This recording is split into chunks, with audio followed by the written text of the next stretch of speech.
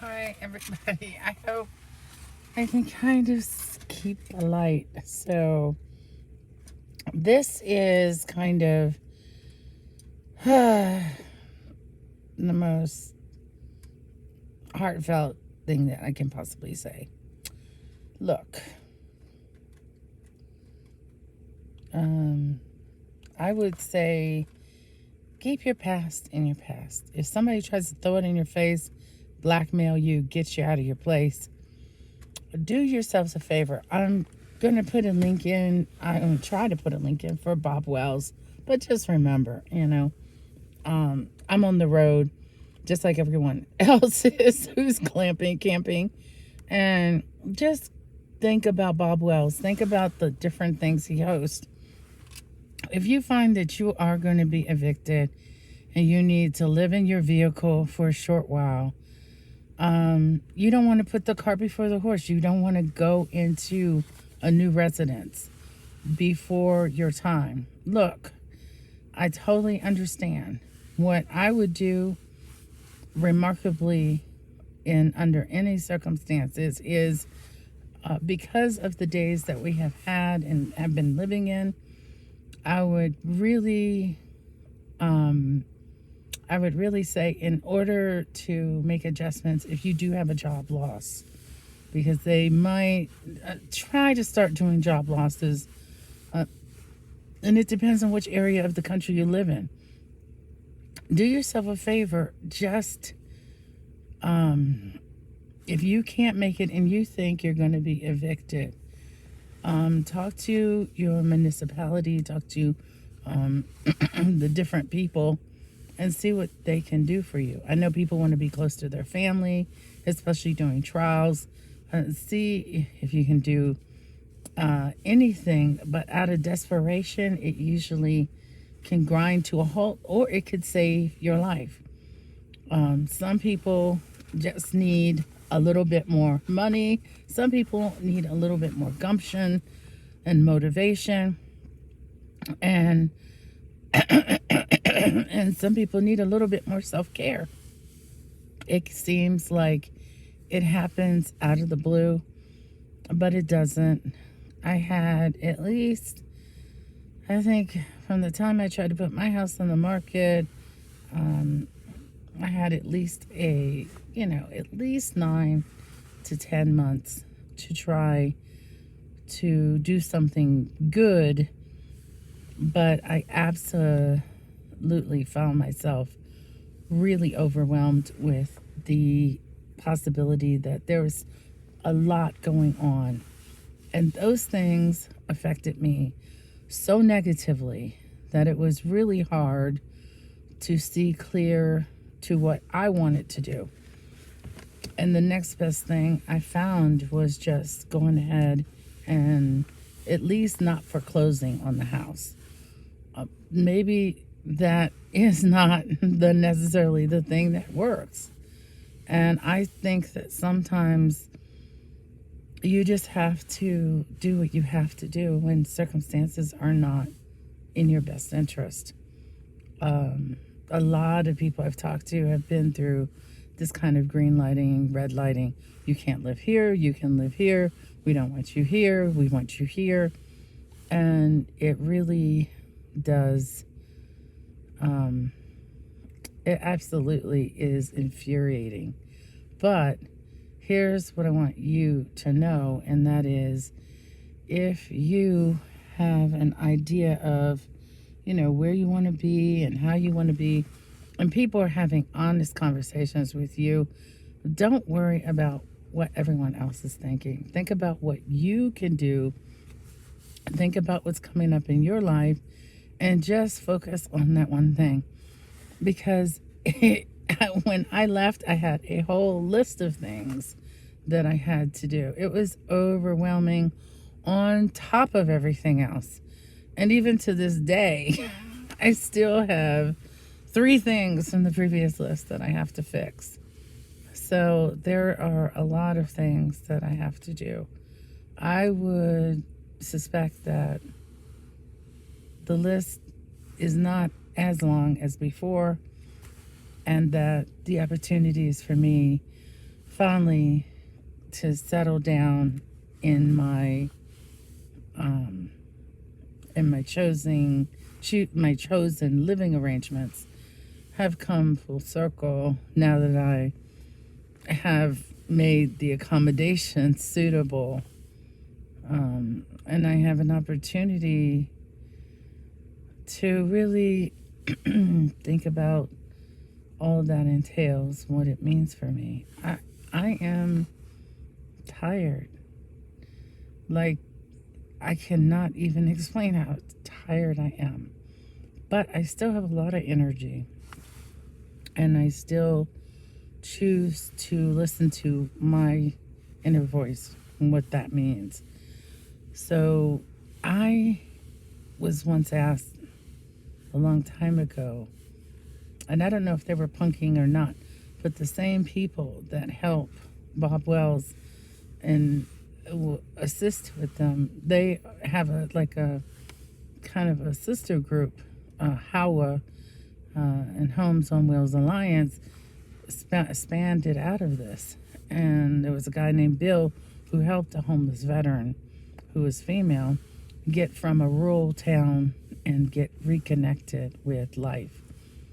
And whether or not she liked it or not, it took a long time for her to get adjusted.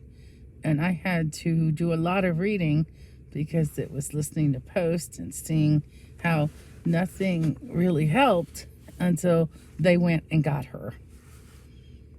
And so I want you to take a look at where you are now, and you can endure it. Yes, you can. Yes, you can endure it.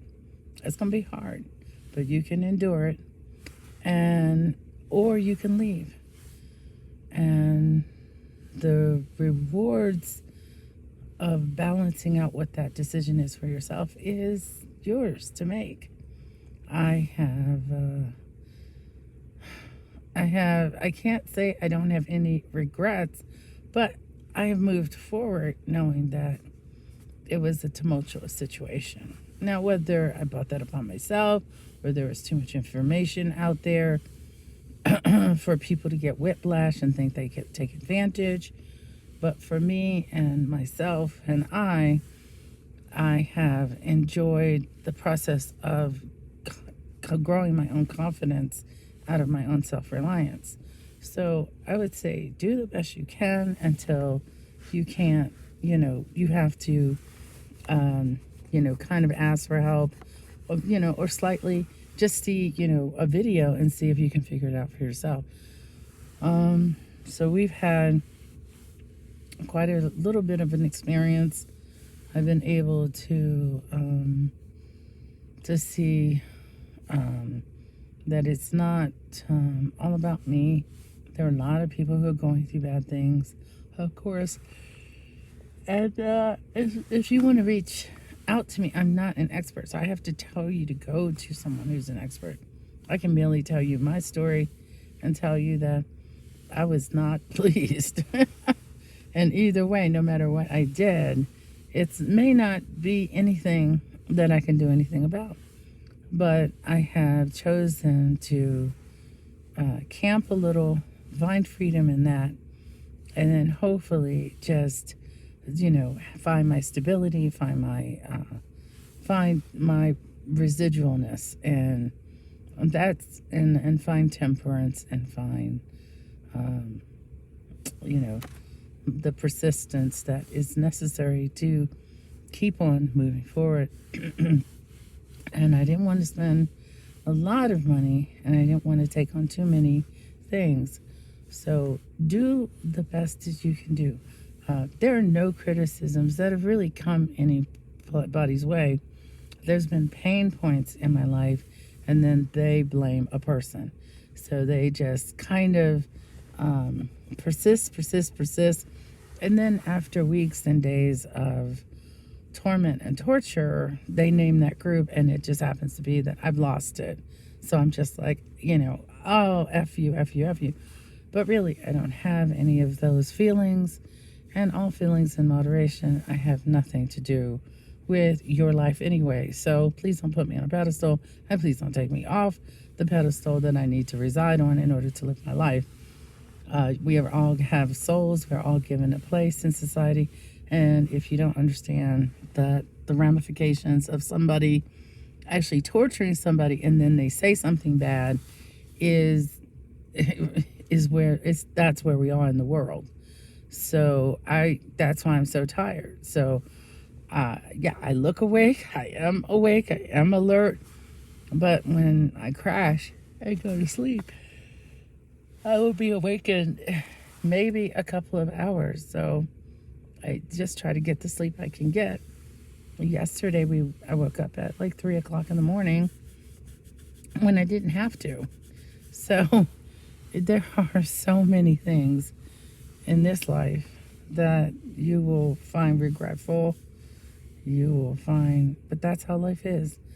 There are people who wake me up at 11, at 2, 1 o'clock, 3 o'clock, because you're exposed to these things when people think you have something and they want to take it. So it's just a coveting society right now because people have lost so much. So I don't have anything for you. There's nothing I could give you that isn't, that is going to make life easier for you anyway. So please, consider that, this is limited information. I can't really say too much about what's going on, but all I know is that I hope it gets better. And if it gets better, that would be most welcome. And so I hope that everyone learns to have a boundary and learns to stay safe. That's all. If you need anything, I can't give it to you. Please don't come to me at this time because I can't give it to you that way. I would love it if you could use the local governments and local institutions first, but also know that I care about you, but I don't have enough energy or resources to help anybody else. I'm in the position where I want to stave off, these things. But like I said, in all things being generous, my spirit says, if you come to me, I will do my best to try to pray, lend a kind ear, but also I can't be all things. One person can't carry the village. The village carries each other. And that's how it works. And it's not the village or the village idiot. It's not any of those things. At some point in time, people hide their idiosyncrasies. And so what happens is you don't know that they're in trouble because they're hiding it. And they'll do anything to hide it because they don't want you to know that something bad has happened. And when they feel like it's been fixed, they wipe the sweat off their brow and they keep moving on. So something has happened, but I'm wiping the sweat off my brow and I keep moving on. And I've had such good opportunities that emotionally I can only be grateful. And before I left home, I prayed with someone who was praying for me and praying with me to make sure that I had a thankful heart. And that's it. So I have a thankful heart. I pray for you guys. I let you know. I may not always be there to pray the prayers you want or do the things you want me to do, but that's because living out here is so different and you can't really make promises. You can only do your best for when your best comes around and someone needs you. And then even then, people, there's a distance. You have to space out your time between politeness, generosity, and the generosity of friendship. So if you're my friend, I invite you to my home or I'll let you see my camp. If you're not my friend, I don't let you in.